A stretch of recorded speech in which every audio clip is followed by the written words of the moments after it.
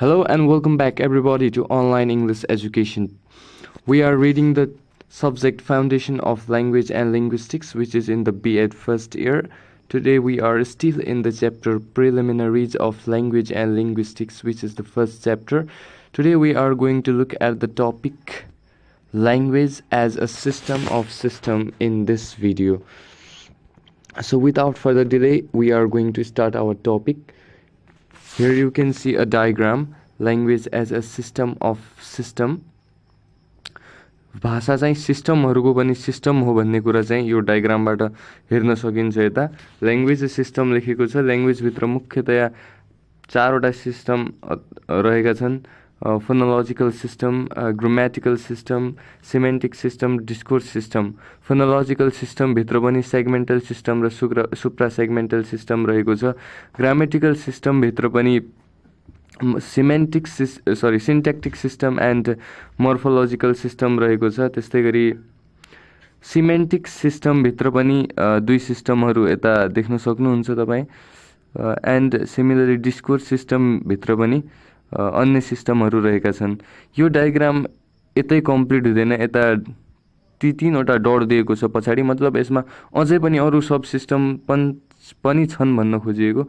यसैले ल्याङ्ग्वेजमा चाहिँ यसरी धेरै सिस्टम भित्र पनि सिस्टमहरु हुने भएकाले यस ल्याङ्ग्वेजलाई सिस्टम अफ सिस्टम भनेर भनिन्छ। So you can also make this diagram in the examination if this question is asked. If you make this diagram, your answer will be really attractive. Now we are going to explain in detail about the language as a system of system. So let's start. Language as a system of system. Language is a vocal voluntary system of human communication. It is organized a set of different vocal units. A language consists of different units like sound, words, phrases, sentences, and discourse. A language consists of different systems and subsystems. Therefore, it is called a system of system.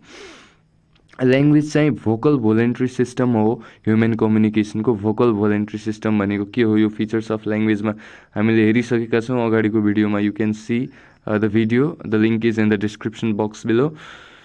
It is the organize set of different vocal units. यो विभिन्न vocal युनिट्सहरूको चाहिँ समष्टिगत रूप हो। जसरी vocal युनिट्सहरू जस्तै साउन्ड्सहरू, वर्ड्सहरू, फ्रेजेसहरू, सेन्टेन्सहरू and डिस्कोर्सहरू चाहिँ यी युनिट्सहरू हुन् ल्याङ्ग्वेजका।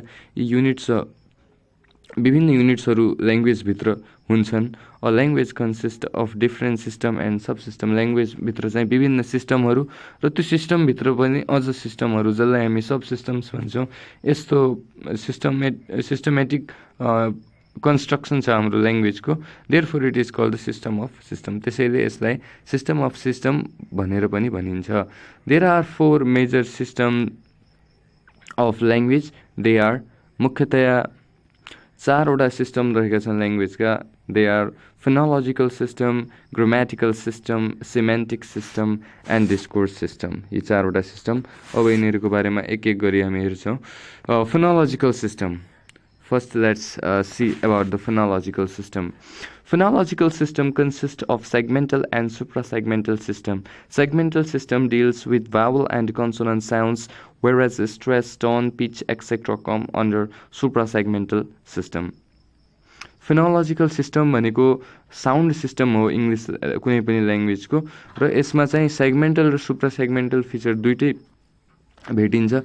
सेगमेन्टल फिचर भन्नाले फोनिम्स अथवा हामी जसलाई भावेल्स र कन्सोनेन्ट साउन्ड्स भन्छौँ, जुन 44 वटा साउन्ड्स रहेका छन् हाम्रो इङ्ग्लिसमा, ती भनेका सेगमेन्टल सिस्टम हुन्। सेगमेन्टको अर्थ हुन्छ टुक्रा, त्यसैले एउटा टुक्रा मात्र अथवा सबैभन्दा साना हाम्रो ल्याङ्ग्वेजका युनिट्सहरू फोनिम्सहरू जसमा भावेल साउन्ड्स र कन्सोनेन्ट साउन्ड्सहरू पर्छन्, यिनीलाई चाहिँ सेगमेन्टल फिचर्स भनिन्छ। सुप्रा सेगमेन्टल फिचर भनेको अटरेन्स अथवा वर्ड अथवा सेन्टेन्स लेभलमा भेटाउन सकिने फिचर्सहरू। जसरी स्ट्रेसलाई चाहिँ एउटा फोनिममा चाहिँ भेटाउन सकिँदैन, यो यसको लागि कम्तीमा वर्ड त हुनैपर्छ, वर्ड अथवा सेन्टेन्समा चाहिँ स्ट्रेस लाग्छ।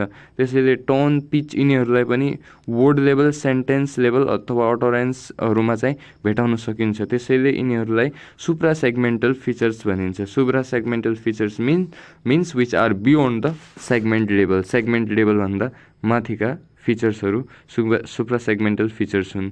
This was about the phonological system. Now we are going to look at the next system of our language, and that is the second system, and that is grammatical system. It consists of syntactic and morphological system. Syntactic system deals with the patterns and structures of sentence. Similarly, morphological system deals with internal structures of words. Grammatical सिस्टमले चाहिँ grammatical भन्ने बित्तिकै स्ट्रक्चरहरू भन्ने बुझिन्छ। Grammar भनेकै structure हो। It consist syntactic and morphological system. अब यसमा दुईवटा सिस्टम हुन्छ ग्रामेटिकल सिस्टमभित्र पनि, सिन्ट्याक्टिक सिस्टम र मोर्फोलोजिकल सिस्टम। सिन्ट्याक्टिक सिस्टम भन्नाले सेन्टेन्स लेभलको ग्रामर हो, जसमा subject, verb, agreement, tense, past, present यस्ता कुराहरू पर्छन्। यो भनेको चाहिँ ग्रामर, वर्ड सेन्टेन्स ग्रामर भन्छौँ जसलाई। सेन्टेन्स लेभलको ग्रामर भनेको सिन्ट्याक्टिक सिस्टम हो। Syntactic system deals with the patterns and structure of sentence. यसले सेन्टेन्सको संरचनामा विशेष ध्यान दिन्छ। त्यस्तै गरी मोर्फोलोजिकल सिस्टम भनेको चाहिँ वर्डको ग्रामर हो।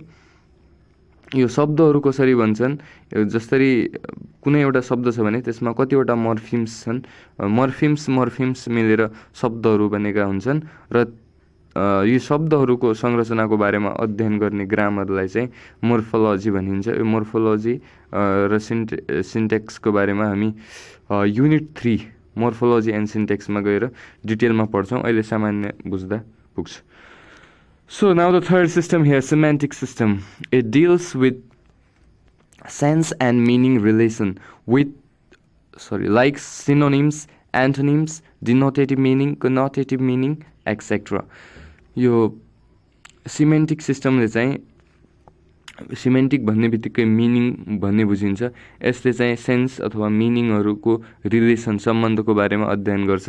अब मिनिङहरू जस्तै सिनोनिम्स एउटै धेरै शब्द तर अर्थ एउटै, एन्टोनिम्स विपरीतार्थक शब्द भन्छन् जसलाई। डिनोटेटिभ मिनिङ भनेको चाहिँ डिक्सनरीको meaning, okay.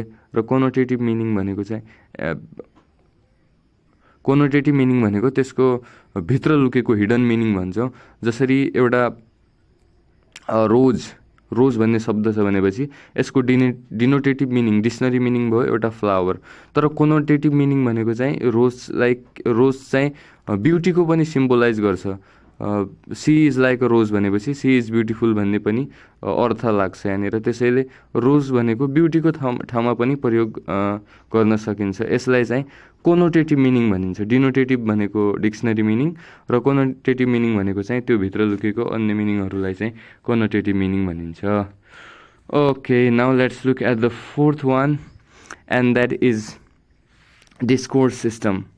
Discourse system deals with cohesion and coherence. This system concerns referencing logical arguments, etc. Discourse system भनेको चाहिँ यो पनि मिनिङसँगै सम्बन्धित हो, तर यसले वर्ड लेभलमा नभई कुनै लामो प्याराग्राफ अथवा पुरै टेक्स्टको चाहिँ मिनिङ निकाल्छ भनेपछि त्यसलाई डिस्कोर्स सिस्टम भनिन्छ। कोहिजन, कोहिरेन्स जुन चाहिँ सेन्टेन्सहरू, प्याराग्राफहरू टेक्स्टमा कसरी मिलाइएको छ, कसरी राखिएको छ भन्ने कुरामा ध्यान दिने टर्म्सहरू हुने नि। रिफरेन्सिङ लोजिकल आर्गुमेन्ट्स, कुनै एउटा टेक्स्ट पढेर त्यसको रिफरेन्सिङ गर्नु, त्यसमा लोजिकल आर्गुमेन्ट्स दिनुलाई चाहिँ हामी यो डिस्कोर्स एनालाइसिस अथवा यी कुराहरू डिस्कोर्स सिस्टमभित्र पर्छन्। So that's all for today.